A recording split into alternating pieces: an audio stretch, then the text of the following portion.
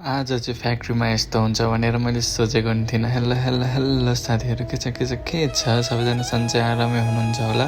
म पनि एकदम सन्चै आरामै छु। आज चाहिँ बिहान बिहान मैले भ्लग बनाउन पाइनँ। म चाहिँ बिहानै आज उठेर कलेजहरू गएँ। कलेजमा गएर खासै भिडियोहरू बनाउनु पाइनँ। त्यसपछि म सिधै फ्याक्ट्रीमा आएँ। फ्याक्ट्रीमा आएर चाहिँ भिडियोहरू बनाउनु थालेँ। अनि हाम्रो यो केटा चाहिँ मस्त आएर पकडिङ गर्दै रहेछ कि एकले चिलमा होइन, के चाहियो भनेको पकेडिङ चाहियो भनिरहेको थियो। अनि आजको हाम्रो फर्स्ट लेयरमा चाहिँ यो ट्राउजर लगाउनु थियो। यो ट्राउजर यस्तो चिप्लो रहेछ नि, यस्तो चिप्लो रहेछ।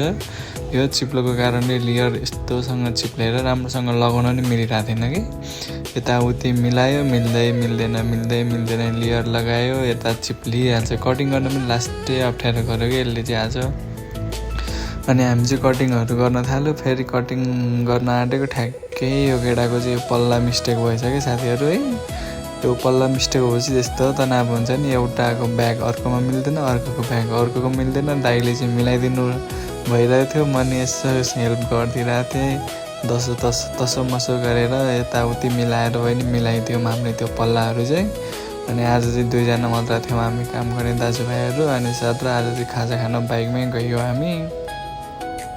अनि बाइकमा सत्र गयो, खाजासाजा खाइयो अनि फर्क्यौँ पनि आनन्दले। बाइकमा चाहिँ एकदम रमाइलो भयो क्या। आज चाहिँ बाइकमा यस्तो हुन्छ भनेर मजा आयो। तर अनि त्यसपछि हामी यतापट्टि रेकर्डिङ रुममा आएर मार्कहरू गर्न थाल्यौँ। अघि मार्क गर्न बाँकी नै थियो।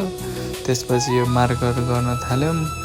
मार्क गर्दाखेरि पनि यो पल्लाहरू चिप्लेर लास्ट गाह्रो भइरहेको थियो कि। अनि कटिङ गर्दा पनि लास्टै समस्या आइरहेको थियो। म चाहिँ उतापट्टि कटिङ गरेर अनि यतापट्टि यो यिनीहरू मिलाउनु थियो। अनि यतापट्टि मिलाउन आएँ। दाइ चाहिँ कटिङ नै गर्दै हुनुहुन्थ्यो। अनि म चाहिँ पर्ची बनाएर अनि ट्राउजरको इम्युनिटीको लागि पठाउने बेला चाहिँ प्रिन्ट छुट्याउनु पर्छ कि। मेन समस्या नै त्यही हो कि।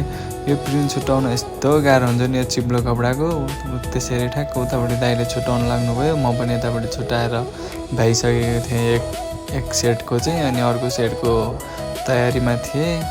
अनि उतापट्टि दाइले त्यो डाङडुङ मिलाउनु भइरहेको थियो। यस्तो तनाव पर्छ नि। फेरि यो छुट्याएर मात्रै नि काम छैन, यसको साइज र ऊ पनि लेखिदिनु पर्ने, साइजहरू लट नम्बरहरू सबै लेख्नु पर्ने। त्यो झ्याउको दिमाग खराब गर्छ कि त्यसले चाहिँ। अनि चिप्लो कपडा भएपछि त्यही त अनि समस्या हटिँदैन है। अनि हामी चाहिँ सटिङ भ्याउन आँटेको थियो। अनि यो जाँड मुला आएर ल्याङ गरिरहेको थियो। एकदम हाई गरिरहेछ कि केटा मस्तसँग के गरेर यहाँ चार्जमा रहेछ। अनि आजको कटिङ सटिङ भ्याएर अब चाहिँ घरतर्फ लागेँ म।